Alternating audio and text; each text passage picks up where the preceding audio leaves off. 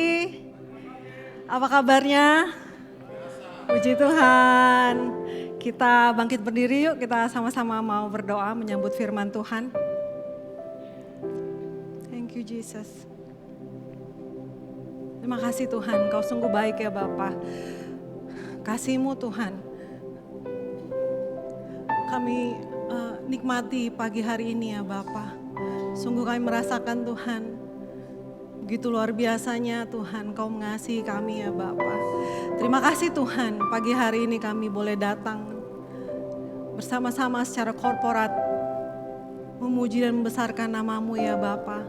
Dan ini kami Tuhan, anak-anak-Mu Tuhan, rindu untuk mendengarkan firman-Mu ya Bapa. Kami ingin diperbaharui ya Bapa. Kami ingin dibangun Tuhan di dalam firman-Mu ya Bapa. Mari Tuhan, Engkau berbicara Tuhan bagi kami, setiap pribadi, tidak ada yang terlewat ya Bapa. Kami tidak akan pulang sia-sia. Namun kami akan membawa sesuatu yang berubah dalam hati kami, dalam pikiran kami. Karena kami tahu Tuhan, Kau sedang bekerja saat ini. Bagi setiap kami Tuhan, tidak ada yang terlewat ya Bapa. Terima kasih Tuhan, terima kasih Bapa. Mari Roh Kudus yang ambil alih ibadah ini. Roh Kudus yang ambil alih waktu ini ya Bapa. Biarlah Tuhan kami bebaskan Engkau bekerja Tuhan bagi setiap kami ya Bapa. Berkati hamba-Mu ya Bapa. Dapat menyampaikannya dengan kata-kata yang sederhana dan simpel ya Bapa, sehingga mudah untuk dia mengerti, dan sembunyikan hamba-Mu Tuhan di bawah kaki salib-Mu ya Bapa. Terima kasih Tuhan, ini kami siap untuk mendengarkan Engkau Tuhan. Di dalam nama Yesus sama-sama kita katakan amin. Thank you Toy. Silakan duduk. Ya. So good ya to be back to church. Kembali lagi kita berkumpul pagi hari ini. Bersyukur buat kesehatan yang Tuhan berikan bagi setiap kami, bagi setiap kita semua yang ada bisa hadir di sini. Senang banget ya bisa ketemu lagi di hari Minggu. Ketemu dengan hari Minggu itu rasanya waktu yang Tuhan berikan untuk kita rest, untuk kita istirahat, dan kita di recharge kembali, dan apresiat buat setiap kita yang boleh hadir di sini untuk siap di recharge oleh Tuhan. Amin. Kemarin ini sedikit itu ya, kemarin di Jumat di home sampai ada yang saking excitednya ya mau gereja, ada yang sampai mikirin nanti hari Minggu pakai baju apa ya. Itu saking excitednya, bukan masalah bajunya, tapi masalah hatinya yang kangen, rindu untuk secara korporat kita memuji dan membesarkan nama Tuhan. Ketemu sama saudara rohani di sini, keluarga di sini, tentang excitement-nya untuk datang ke gereja ya. Welcome back untuk saudara-saudara yang sudah kembali dari holiday. Ya, puji Tuhan ya. Gimana? Refresh ya? Ya, welcome to the real world, besok kerja, ya. Yang nggak liburan nggak apa-apa ya, sabar ya. Saya ngomong sama diri sendiri sih. Ya, oh ya, saya mau menyampaikan salam dari Pastor Daniel dan Ci Yuli. Mereka masih on the way ya pulang ke Balikpapan, dan tadi pagi udah WA, udah kangen banget sama gereja, udah kangen banget sama kita semua. Jadi salam kangen dari Pastor, kita doakan ya beliau boleh kembali sekeluarga dalam keadaan baik, sehat, tanpa kurang atau apapun. Amin. Oke, tema gereja bulan Juli adalah transformasi hidup atau perubahan hidup. Pagi hari atau siang hari ini judul sharing yang akan saya sampaikan adalah agen perubahan. Mungkin bisa ditampilkan, agen perubahan.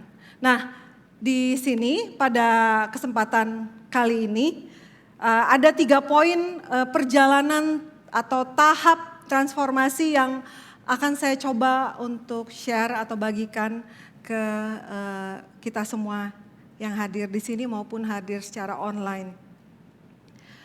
Poin yang pertama, langsung masuk poin ini. Poin yang pertama adalah perjumpaan dengan Yesus. Kita mau baca cerita tentang percakapan Yesus dengan perempuan Samaria yang ada di Yohanes 4 ayat 1 sampai, kalau ceritanya di sini Yohanes 4 ayat 1 sampai 42 ya, panjang ya. Di sini saya nggak menampilkan ayatnya. Saya mau encourage kita semua untuk buka Alkitab kita, entah itu Alkitab fisik maupun di gadget, kita bisa menyimak sama-sama, saya akan bacakan ya. Yohanes 4 ayat 1, mungkin saat ini kita baca sampai di ayat 29. Jadi agak panjang, saya pakai kacamata dulu. Percakapan dengan perempuan Samaria, judulnya Percakapan dengan perempuan Samaria. Ketika Tuhan Yesus mengetahui bahwa orang-orang Farisi telah mendengar bahwa ia memperoleh dan membaptis murid lebih banyak daripada Yohanes, meskipun Yesus sendiri tidak membaptis melainkan murid-muridnya, ia pun meninggalkan Yudea dan kembali lagi ke Galilea. Ini perhatikan di ayat 4, ia harus melintasi daerah Samaria. Maka sampailah ia ke sebuah kota di Samaria yang bernama Syikar, dekat tanah yang diberikan Yakub dahulu kepada anaknya Yusuf. Di sini terdapat sumur Yakub. Yesus sangat letih oleh perjalanan. Karena itu ia duduk di pinggir sumur itu, hari kira-kira pukul 12. Jadi siang hari, kalau saya saya perkirakan tuh lagi terik-teriknya ya matahari ya. Kemudian kita lanjut ayat 7, maka datanglah seorang perempuan Samaria hendak menimba air. Kata Yesus kepadanya, berilah aku minum. Sebab murid-muridnya telah pergi ke kota membeli makanan. Maka kata perempuan Samaria itu kepadanya, masakan engkau seorang Yahudi minta minum kepadaku seorang Samaria? Sebab orang Yahudi tidak bergaul dengan orang Samaria. Jawab Yesus kepadanya, jikalau engkau tahu tentang karunia Allah dan siapakah dia yang berkata kepadamu, berilah aku minum, niscaya engkau telah meminta kepadanya dan ia telah memberikan kepadamu air hidup. Kata perempuan itu kepadanya, Tuhan, engkau tidak punya timba dan sumur ini amat dalam. Dari manakah engkau memperoleh air hidup itu? Adakah engkau lebih besar dari bapa kami Yakub yang memberikan sumur ini kepada kami dan telah minum sendiri dari dalamnya, ia serta anak-anaknya dan ternaknya? Kemudian jawab Yesus kepadanya, barang siapa minum air ini, ia akan haus lagi. Tetapi barang siapa minum air yang akan kuberikan kepadanya, ia tidak akan haus untuk selama-lamanya. Sebaliknya, air yang akan kuberikan kepadanya akan menjadi mata air di dalam dirinya, yang terus-menerus memancar sampai kepada hidup yang kekal. Kemudian kata perempuan itu kepadanya, Tuhan, berikanlah aku air itu, supaya aku tidak haus dan tidak usah datang lagi ke sini untuk menimba air. Kata Yesus kepadanya, pergilah, panggillah suamimu dan datang ke sini. Tuhan Yesus sudah mulai masuk ke dalam kehidupan pribadi perempuan Samaria ini. Kemudian kata perempuan itu, aku tidak punya suami, aku tidak mempunyai suami. Kata Yesus kepadanya, tepat katamu bahwa engkau tidak mempunyai suami.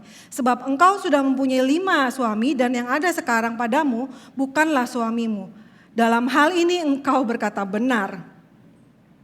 Kemudian kata perempuan itu kepadanya, Tuhan, nyata sekarang padaku bahwa engkau seorang nabi. Kata perempuan sama, oh kamu nabi ya gitu ya. Kemudian nenek moyang kami menyembah di atas gunung ini, tetapi kamu katakan bahwa Yerusalemlah tempat orang menyembah. Kata Yesus kepadanya, percayalah kepadaku hai perempuan, saatnya akan tiba bahwa kamu akan menyembah Bapa bukan di gunung ini dan bukan juga di Yerusalem. Kamu menyembah apa yang tidak kamu kenal, kami menyembah apa yang kami kenal, sebab keselamatan datang dari bangsa Yahudi. Tetapi saatnya akan datang dan sudah tiba sekarang bahwa penyembah-penyembah benar akan menyembah Bapa dalam roh dan kebenaran, sebab Bapa menghendaki penyembah-penyembah demikian. Allah itu roh dan barang siapa menyembah dia harus menyembahnya dalam roh dan kebenaran. Jawab perempuan itu kepadanya, aku tahu bahwa Mesias akan datang yang disebut juga Kristus. Apabila ia datang, ia akan memberitakan segala sesuatu kepada kami. Kemudian ini yang luar biasa, kata Yesus kepadanya, akulah dia yang sedang berkata-kata dengan engkau. Pada waktu itu datanglah murid-muridnya dan mereka heran bahwa ia sedang bercakap-cakap dengan seorang perempuan. Tetapi tidak seorang pun berkata apa yang kau kehendaki atau apa yang sedang engkau percakapkan dengan dia. Maka perempuan itu meninggalkan tempayannya di situ. Tempayan yang dia bawa untuk ngambil air minum itu dia tinggalin aja di situ. Meninggalkan tempayan itu di situ lalu pergi ke kota dan berkata kepada orang-orang yang di situ, mari lihat di sana ada seorang yang mengatakan kepadaku segala sesuatu yang telah kuperbuat. Mungkinkah dia Kristus? Kita baca sampai ayat 29 dulu ya. Ya. Dari ayat yang kita baca di Yohanes 4 ayat 1 sampai 29 ini, kalau kita cermati, ada beberapa hal yang gak normal dari apa yang kita baca. Yang pertama, dikatakan bahwa Yesus harus melintasi daerah Samaria untuk menuju Galilea. Harus di ayat keempat tadi ya. Bahkan padahal sebenarnya tidak harus untuk melewati daerah Samaria secara geografis. Bahkan jalur ini dihindari oleh orang-orang Yahudi. Karena orang Yahudi tidak mau melintasi daerah orang Samaria yang mereka pandang rendah dan najis. Mereka gak bergaul sama orang Samaria. Orang Samaria mereka pandang paling rendah. Itu yang pertama. Yang kedua, Yesus ke well ini atau sumur ini datangnya siang hari. Siang hari dan dia juga datang ke sana siang hari tidak membawa timba apapun. Padahal untuk mengambil air di sumur dia butuh timba. Dan dia di jam 12 siang ya. Di jam 12 siang itu bukan waktu yang normal untuk para wanita mengambil air di sumur itu. Biasanya para wanita berkumpul untuk mengambil air di sumur itu, which is yang ada di bukit dan di luar kota, itu pada pagi hari. Pada waktu matahari belum terik-teriknya, masih adem gitu ya. Yang ketiga, Yesus berbicara kepada seorang Samaria, sesuatu yang gak normal. Dan seorang wanita, bukan sesuatu yang wajar untuk seorang Yahudi. Kemudian yang keempat, Yesus revealing himself. Yesus menyatakan dirinya sebagai seorang Mesias. Kepada seorang Samaria, kepada seorang pendosa, kepada seorang yang hidupnya hancur. Kalau mau normalnya, mungkin Yesus menyatakan bahwa dirinya adalah Mesias. Dia datang ke orang-orang di gereja gitu, mungkin orang-orang yang menanti-nantikan dia gitu. Ini tidak, dia justru datang pada seorang Samaria, seorang pendosa dan menyatakan, akulah Mesias. Luar biasanya Yesus. Anda tahu bahwa perempuan Samaria sudah ada di dalam agendanya Yesus pada saat dia akan menuju ke Galilea. Samaria itu bukan tempat untuk dilewatin aja, tapi Samaria adalah tujuan dia. Karena dia akan ketemu dengan seorang yang spesifik itu. Seseorang wanita yang spesifik itu. Seorang wanita yang hancur hidupnya. Seorang wanita yang pendosa itu. Perempuan Samaria itu sudah ada dalam agenda Yesus. Kalau kita dalam perjalanan, dia itu sudah ada dalam itinerary-nya Yesus. At the exact day dan di waktu yang persis. Di jam 12 siang. Karena Tuhan Yesus tahu, cuma dia seorang diri yang datang jam 12 siang untuk ngambil air di sumur itu. Kenapa? Karena dia gak mau, bukan karena dia gak mau, karena dia dijauhi oleh orang-orang di kotanya. Karena dia hidup sebagai pendosa, dia udah kawin cerai 5 kali dan sekarang dia tinggal dengan laki-laki yang bukan suami dia gitu. Jadi dia ini orang yang digosipin lah ya di kota itu. Jadi dia nggak mau datang pagi hari untuk menimba air karena dia menghindari orang-orang. Dia datang siang hari di waktu di mana orang nggak akan datang untuk menimba air. Yesus tahu jadwalnya perempuan Samaria itu. Perempuan Samaria itu sudah ada dalam agendanya Tuhan Yesus. Yesus harus melewati daerah orang Samaria karena di sana kehendak Bapaknya terlaksana. Yesus harus melewati daerah orang Samaria karena di sana ia akan melakukan pekerjaan Bapaknya.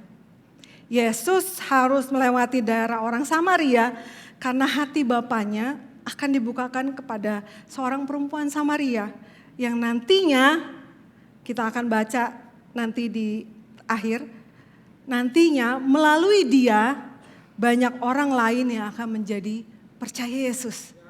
Wow. Ternyata keharusan untuk melewati daerah orang Samaria bukanlah suatu keharusan geografis, tapi suatu keharusan teologis. Karena sudah ada di dalam rencana Allah, karena sudah ada di dalam kehendak Bapa untuk Yesus berjumpa dengan perempuan ini.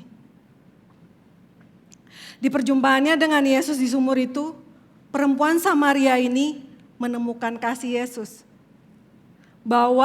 Dia menemukan bahwa pribadinya bukanlah hanya tentang kegagalan, pribadinya bukan hanya tentang dosa, pribadinya bukanlah hanya tentang hidup yang rusak, namun dia adalah seorang yang dicintai oleh Tuhan. Dipertemukan siang hari jam 12 itu, gambar dirinya dipulihkan. Luar biasanya pada saat kita berjumpa sama Tuhan Yesus, saat itulah gambar diri kita dipulihkan. Sama seperti apa yang dibagikan oleh Pak Boy minggu kemarin. Identitas kita dipulihkan pada saat kita berjumpa dengan Yesus. Dia kembali mendapatkan harapan. Dia kembali mendapatkan alasan untuk terus hidup karena Tuhan begitu mengasihinya. Jadi perjumpaan dengan Yesus adalah perjumpaan yang mengubahkan, menyembuhkan, memulihkan, dan memberikan hidup. Amin. Pertemuan kita dengan Tuhan gak ada yang by accident ya. Perjumpaan Anda dan saya dengan Tuhan, perjumpaan pribadi kita itu gak ada yang by accident. Atau tiba-tiba gitu, ujuk-ujuk gitu, tanpa rencana gitu. Enggak, semuanya sudah ada di dalam agendanya Tuhan. Kita pribadi lepas pribadi, nama lepas nama. Nama kita itu sudah ada dalam agendanya Tuhan.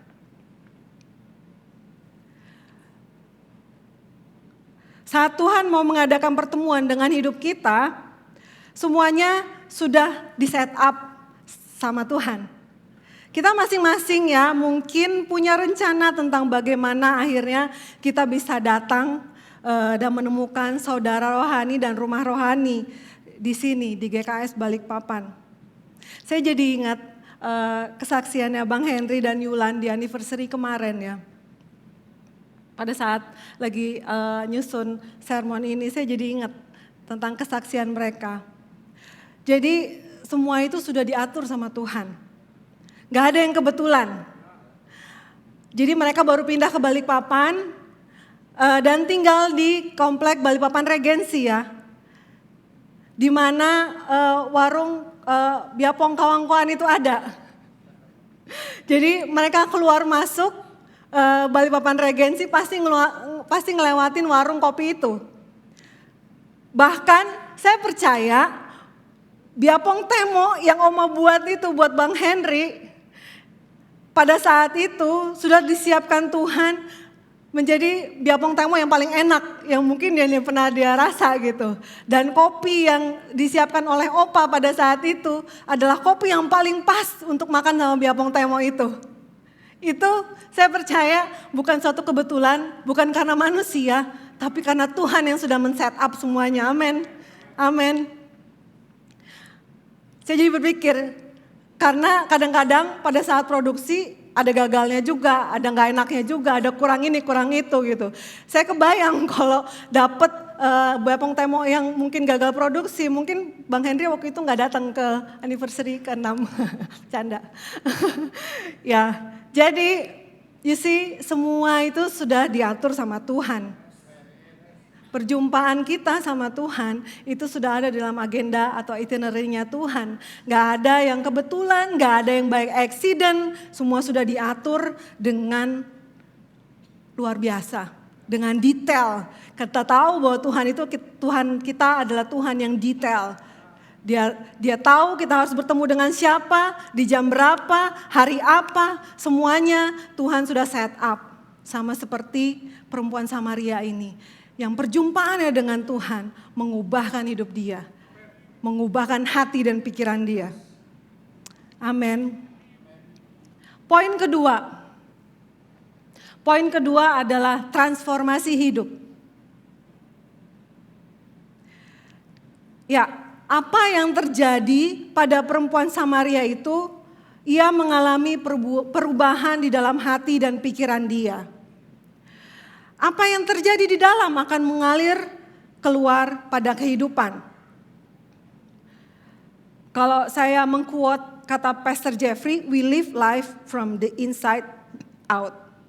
We live life from the inside out. Kita menjalani hidup dari dalam keluar. Jadi Tuhan mentransform kita dari dalam untuk kita bisa keluar, kita bisa hidup, mengalami perubahan hidup dan itu bisa kita lakukan sehari-hari gitu. Saya bacakan di Filipi 3 ayat 7 sampai 9. Filipi 3 ayat 7 sampai 9 berkata, tetapi apa yang dahulu merupakan keuntungan bagiku, sekarang kuanggap rugi karena Kristus. Malahan segala sesuatu yang kuanggap rugi karena pengenalan akan Kristus Yesus Tuhanku lebih mulia daripada semuanya. Oleh karena dialah aku telah melepaskan semuanya itu dan menganggapnya sampah supaya aku memperoleh Kristus dan berada dalam dia bukan dengan kebenaranku sendiri karena mentaati hukum Taurat, melainkan dengan kebenaran karena kepercayaan kepada Kristus, yaitu kebenaran yang Allah anugerahkan berdasarkan kepercayaan. Ini adalah surat Paulus kepada jemaatnya di Filipi. Saya mengkuat apa yang disampaikan oleh Pastor Jose Carroll. Pada waktu sang benar atau pribadi Kristus datang dan hadir dalam hidup kita, disitulah transformasi dimulai. Sehingga kita tidak lagi mau hidup dengan cara yang lama. Pada saat Yesus hadir, berjumpa dengan kita, masuk ke dalam hidup kita, kebenarannya, kasihnya masuk ke dalam hidup kita, disitulah transformasi itu terjadi. Dimulai. Sehingga kita udah gak mau lagi tuh hidup dengan cara kita yang lama. Hidup dengan dosa. Hidup dengan segala sesuatu yang bukan dari kehendak Tuhan. Terkadang apa yang bagus belum tentu kehendaknya Tuhan. Semakin kita hidup dalam Tuhan, kita tahu membedakan mana yang menyenangkan hati Tuhan, mana yang enggak. Belum tentu segala sesuatu yang baik kita pandang, yang bagus kita pandang, itu datang dari Tuhan. So he took the old and he made us new. Dia mengambil manusia lama kita dan dia menggantikan dengan manusia yang baru. Dia mentransform kita dengan kehidupan yang baru. Banyak contoh hal-hal yang mungkin sebelum kita berjumpa dengan Yesus, sesuatu itu biasa aja gitu. Misal, mungkin kalau kita lagi bekerja di kantor gitu, sesuatu hal yang kita anggap itu biasa aja itu terlihatnya bukan suatu korupsi ya, korupsi kecil-kecilan lah. Pada waktu belum bertemu dengan Yesus kita anggap itu biasa aja. Namun pada saat kita bertemu dengan Yesus, ada sesuatu yang diubahkan dalam hati kita. Hati kita tuh udah mulai tahu, udah bisa mulai membedakan dan udah bisa mulai merasakan bahwa ada sesuatu yang gak benar dari yang biasanya saya lakukan. Karena apa? Karena kebenaran itu udah main dalam hati kita. Kebenaran itu sudah menguasai kita. Beberapa waktu lalu ada kejadian saya lagi ngobrol ya. Tiba-tiba di meja kerja datang teman gitu. Awalnya cerita tentang pekerjaan, tapi lama-lama cerita tentang orang gitu. Jadi gibah, gosip gitu ya. Dia cerita, tahu nggak? Si ini begini loh. Nah, saya ini posisinya bukannya menstop tapi memancing. Saya malah, masa? Waduh, orang kalau lagi gosip terus kita dengan posisi seperti itu, masa serius? Wah, itu makin hot untuk diceritakan. Saya posisi seperti itu, masa serius? Wah, makinlah diceritakan. Oh ya, wah ceritain lagi. Oh ya, wah makin jadi. Dan saat itu terset dalam pikiran saya tentang orang ini gitu, bahwa orang ini nggak benar gitu ya. Padahal apa yang diceritakan itu belum tentu benar. Karena kita nggak tahu orang itu gitu. Dan yang paling bikin saya menyesal adalah gak beberapa waktu setelah kami ngobrol gibah itu, sesuatu yang buruk terjadi sama orang itu. Itu rasanya saya dihantam sama Tuhan. Di perut, rasanya perut saya itu sakit banget. Ini orang yang kalian ceritain nih, dia lagi ngalamin ini. Aduh, saya puji Tuhan saat itu Tuhan langsung menegur saya untuk stop lah melakukan hal-hal seperti itu. Sebagai anak Tuhan kita harus bawa perubahan. Sebagai anak Tuhan kita punya gesture sendiri yang berbeda dengan dunia. Saat itu saya menyesal dan saya minta maaf sama Tuhan. Dan saya mendukung orang tersebut gitu. Ya, banyak hal ya, kita masing-masing punya masa lalu atau masa sekarang yang masih struggle gitu. Mungkin susah memaafkan, susah mengampuni, tapi pada saat kita berjumpa sama Tuhan, Tuhan minta kita untuk taat mengampuni. Tuhan aja udah ngampunin kita, masa kita gak bisa sih ngampunin orang lain, ya kan? Atau cara kita hidup, menjaga kesehatan kita. Sorry, saya kasih contoh merokok. Pada saat saya kemarin baru nonton tentang seseorang artis ya yang sudah berhenti merokok gitu. Namun memang keinginan itu tetap ada itu. Masih pengen. Tapi dia berusaha untuk stop. Karena apa? Karena Tuhan aja sayang sama badan dia. Masa dia gak sayang sama badannya sendiri? Contoh-contohnya seperti itu. Hal-hal yang seperti apa yang Paulus katakan, yang dahulu merupakan keuntungan bagiku, sekarang kuanggap rugi karena Kristus.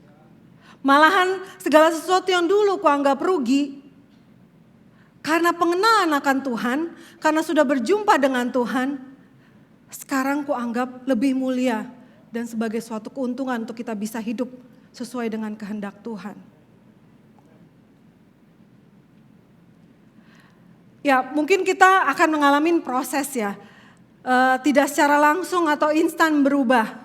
Namun kita pasti bisa kalau kita taat pada apa yang Tuhan kehendaki. Tuhanlah yang akan memberikan kita kekuatan. Tuhanlah yang akan memberikan kita kemampuan untuk hidup seturut dengan kehendaknya. Keputusan kita ditambah dengan kekuatan Tuhan adalah kebebasan dari belenggu. Keputusan kita ditambah kekuatan dari Tuhan adalah kebebasan dari belenggu.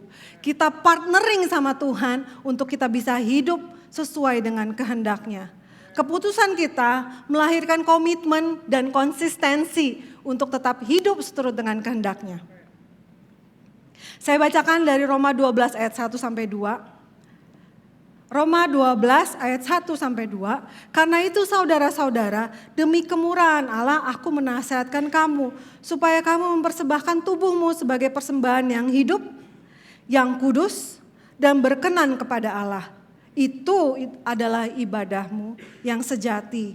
Janganlah kamu menjadi serupa dengan dunia ini, tetapi berubahlah oleh pembaruan budimu. Sehingga kamu dapat membedakan manakah kehendak Allah, apa yang baik, yang berkenan kepada Allah, dan yang sempurna. Izinkan Tuhan untuk mengintervensi hidup kita. Yes, kita semua masih dalam proses. Yes, gak gampang. Yes, masih jatuh bangun. But, ada Tuhan yang selalu menopang kita. Itu janji Tuhan.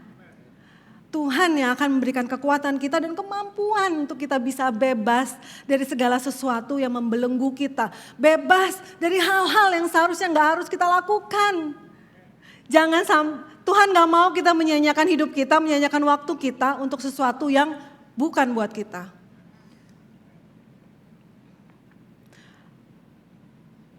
Kita harus belajar untuk mendengarkan suara Tuhan. Suara Tuhan itu buat saya, dia gak ribut. Suara itu gak ribut. Suara itu gak noisy. The voice, not the noise. Suaranya calm and peace. Seperti whispering aja gitu. Memang mudah untuk ditutup. Karena pelan. Karena cuma seperti bisikan gitu. Mudah untuk ditutup sama noise. Dengan segala hal yang ada di dunia ini. Sangat mudah. Tapi apa? Suara Tuhan gak akan pernah berhenti berbicara buat orang-orang yang Dia kasihi. Buat orang-orang yang sudah Dia pilih. Suara Tuhan itu, kita mau pungkiri atau enggak, ada dalam hati kita. Suara Tuhan akan membawa kita untuk taat kepada kebenarannya. Gimana kita untuk melatih mendengar suara Tuhan? Nih, Alkitab. Kemarin di home kita ngobrol, Alkitab adalah manual book orang-orang percaya. Buku manual, bukan buat anak-anak Tuhan. Kalau kita beli barang ya, pasti kita ada manual book ya. Nah kadang-kadang kita tuh skip bacanya gitu, karena udah tahu, merasa udah tahu gitu. Kayak kita beli elektronik atau beli apa gitu. Jarang banget untuk baca manual book. Padahal manual book itu penting banget. Apa yang harus dilakukan, apa yang gak boleh dilakukan, bagaimana merawat dan segala macam. Semua ada di situ kan. Nah di Alkitab inilah manual booknya anak-anak Tuhan. Semua ada di sini. Firman Tuhanlah manual booknya kita. That's why kita harus baca. Mau gak mau. Kalau mau hidup seturut dengan kehendak Tuhan, mau hidup seturut dengan rencananya Tuhan, mau berhasil karena Tuhan mau kita berhasil, semua ada di sini. Rahasianya tuh semua ada di sini. Namun kadang apa? Kadang kita merasa lebih tahu, kita skip untuk baca Alkitab. Mungkin terlihatnya nggak menarik, padahal semua rahasia kehidupan ada di sini. Tuhan sudah kasih buat kita. Ini adalah SOP-nya kita, standard operation prosedurnya kita ada di Alkitab ini, ada di firman Tuhan ini. Haleluya.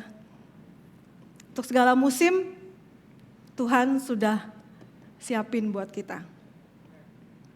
2 Timotius 3 ayat 15-17 berkata, ingatlah juga bahwa dari kecil engkau sudah mengenal kitab suci yang dapat memberi hikmat kepadamu dan menuntun engkau kepada keselamatan oleh iman kepada Kristus Yesus. Segala tulisan yang diilhami Allah memang bermanfaat untuk mengajar dan untuk menyatakan kesalahan, untuk memperbaiki kelakuan dan untuk mendidik orang di dalam kebenaran. Dengan demikian, Tiap-tiap manusia kepunyaan Allah diperlengkapi untuk setiap perbuatan baik. Ada semua di sini. So don't skip your Bible every day. Amin. Yang ketiga, yang terakhir, saya undang tim Praise and Worship untuk naik. Yang ketiga, poin yang ketiga adalah menjadi agen perubahan sesuai dengan judul sermon pagi hari ini. Kita kembali ke cerita perempuan Samaria. Saya akan baca kita buka Alkitab kita ya. Saya akan baca di Yohanes 4. Yohanes 4, saya nggak tampilkan ya di sini ya. Yohanes 4 ayat 39 sampai 42. Yohanes 4 ayat 39 sampai 42. Berkata, dan banyak orang Samaria dari kota itu telah menjadi percaya kepadanya, kepada Tuhan ya. Karena perkataan perempuan itu yang bersaksi. Ia mengatakan kepadaku segala sesuatu yang telah kuperbuat. Ketika orang-orang Samaria itu sampai kepada Yesus, mereka meminta kepadanya supaya ia tinggal pada mereka dan ia pun tinggal di situ 2 hari lamanya. Dan lebih banyak lagi orang yang menjadi percaya karena perkataannya. Dan mereka berkata kepada perempuan itu, kami percaya tetapi bukan lagi karena apa yang kau katakan, tetapi kami sendiri telah mendengar dia dan kami tahu bahwa dialah benar-benar juru selamat dunia. Saya mau bilang ini adalah the Samaritan woman effect. Jadi efek dari seorang perempuan Samaria ini. Efek dia berjumpa dengan Yesus, orang-orang di kotanya menjadi percaya sama Tuhan. Efek dia berjumpa dengan Yesus di bukit itu, di sumur itu, orang-orang di kota menjadi berjumpa dengan Yesus. Perjumpaan satu seorang Samaria, perjumpaan satu perempuan Samaria menyelamatkan satu kota. Luar biasa banget. Luar biasa banget rencana Tuhan itu. Saya mau bilang, jangan anggap hidup kita yang sudah diselamatkan Tuhan sudah begitu aja. Tuhan punya rencana lebih besar dari apa yang bisa kita bayangkan. Satu orang Anda diselamatkan, seisi rumah diselamatkan. Satu orang Anda diselamatkan, seisi kota diselamatkan. Satu orang bertobat, seluruh bangsa diselamatkan Tuhan. Tuhan kita adalah Tuhan with a big purpose. Dengan tujuan yang besar, yang kadang kita nggak bisa mengerti, kita nggak bisa tebak. Namun pada saat kita sampai kepada apa yang sudah Tuhan rencanakan, kita lihat Tuhan luar biasa banget. Kau selamatkan aku. Ternyata nggak hanya diriku sendiri, tapi Tuhan juga punya rencana buat orang lain, orang-orang di sekitarku.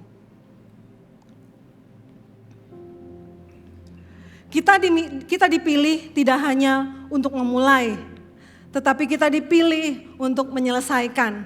Pada saat Yesus berjumpa dengan Anda secara pribadi, Anda ditemukan oleh Yesus secara pribadi, ditransform, ada sesuatu agenda Tuhan yang Tuhan taruhkan dalam hidup Anda. Dan itu Tuhan mau untuk kita selesaikan bersama-sama dengan Tuhan.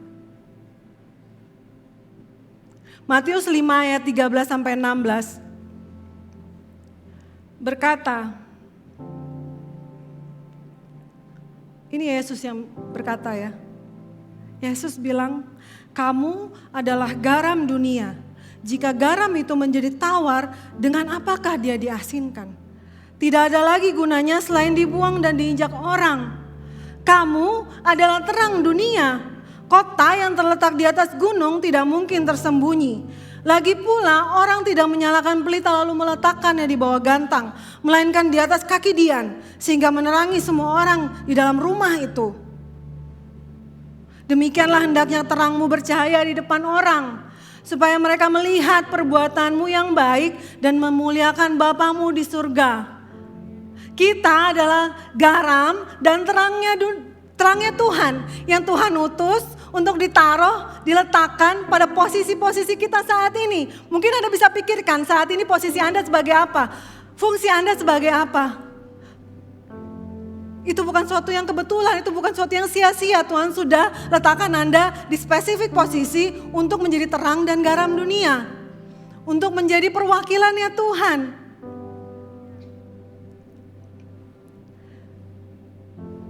Kita adalah perwakilannya Tuhan yang dipilih dan ditentukan untuk membawa kasih dan kebenaran Kristus dimanapun kita ditempatkan olehnya. Sebagai agen perubahan. Dimanapun kita ditempatkan, apapun pekerjaan kita, apapun profesi kita, apapun fungsi kita saat ini, kita adalah agen perubahan. Kita adalah terang. Dimanapun Anda pergi, seharusnya tempat itu menjadi terang. Kemanapun Anda pergi karena Anda garam dunia, seharusnya tempat itu menjadi berubah. Ada suatu perbedaan. Di gereja ini kita memuji Tuhan, menyembah Tuhan. We shout out loud, I love you God, I worship you, God I glorify your name. Itu dari so good.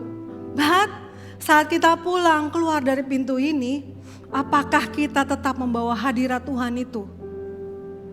Tetap menguasai kita.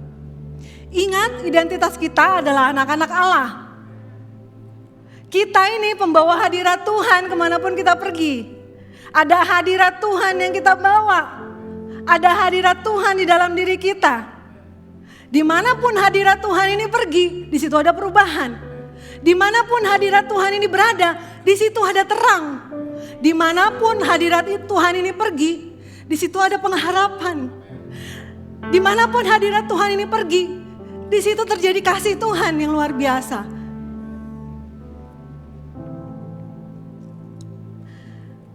Anda dan saya menjadi bridge, menjadi jembatannya Tuhan untuk membawa Yesus Kristus kepada orang lain. Kepada keluarga kita, kepada teman kita, setiap orang yang Tuhan tentukan untuk bertemu dengan kita. Kita adalah jembatannya Yesus. Penginjilan yang paling efektif adalah saat orang lain dapat merasakan dampak perubahan yang terjadi dari hidup kita. Itu keluar dari kehidupan kita sehari-hari. Tidak hanya di dalam gereja ini. Tidak hanya pada saat kita menyembah Tuhan, angkat tangan, kita loncat. Tapi penginjilan yang paling efektif adalah pada saat kita keluar dari pintu ini. Kita kembali kepada Senin sampai Sabtu. Kita membawa perubahan. Ada dampak yang dirasakan oleh orang lain melalui hidup kita. Sehingga orang lain tuh merasa terinspirasi, meneladani kita. Dan orang lain tuh bertanya, apa yang mengubahmu? Apa yang kamu punya aku gak punya? Disitulah pertemuan dengan Yesus dapat terjadi. We can boldly say, I have Jesus in my life. He is the one who transformed me. He changed me. Kita bisa dengan berani berkata, saya punya Yesus dalam hidup kita. Dalam hidup saya. Dia ada di dalam saya dan saya di dalam dia. Yesuslah yang mengubah saya. Saya yang dulu hancur, kamu lihat dulu aku hancur. Tapi kamu lihat sekarang aku berubah. Karena apa? Karena Yesus. Penginjilan yang paling efektif adalah saat orang lain merasakan perubahan kita. Tidak hanya mendengarkan apa yang kita bicarakan, tapi merasakan efek dari perubahan kita itu. Dampak dari perubahan kita dan merasa terinspirasi dengan apa yang sudah berubah dari hidup kita. Saya berdoa lewat pemberitaan firman hari ini, Tuhan Yesus bekerja dalam hati dan pikiran kita semua. Yang hadir di sini maupun yang menyaksikan secara online. Saya berdoa, kita semua mengalami perjumpaan pribadi dengan Yesus dan mengalami transformasi hidup melalui hati dan pikiran yang kemudian lahir dari kehidupan kita. Dan karena perubahan yang dikerjakan Tuhan Yesus melalui hidup kita, kita bisa memberikan dampak pada lingkungan di mana kita berada. Kita bisa bawa kasih dan kebenaran itu. Kita bisa bawa harapan itu. Kita bisa bawa pribadi Yesus dalam hidup kita sehari-hari. Menjadi agen perubahan, menjadi garam dan terang dunia. Amin.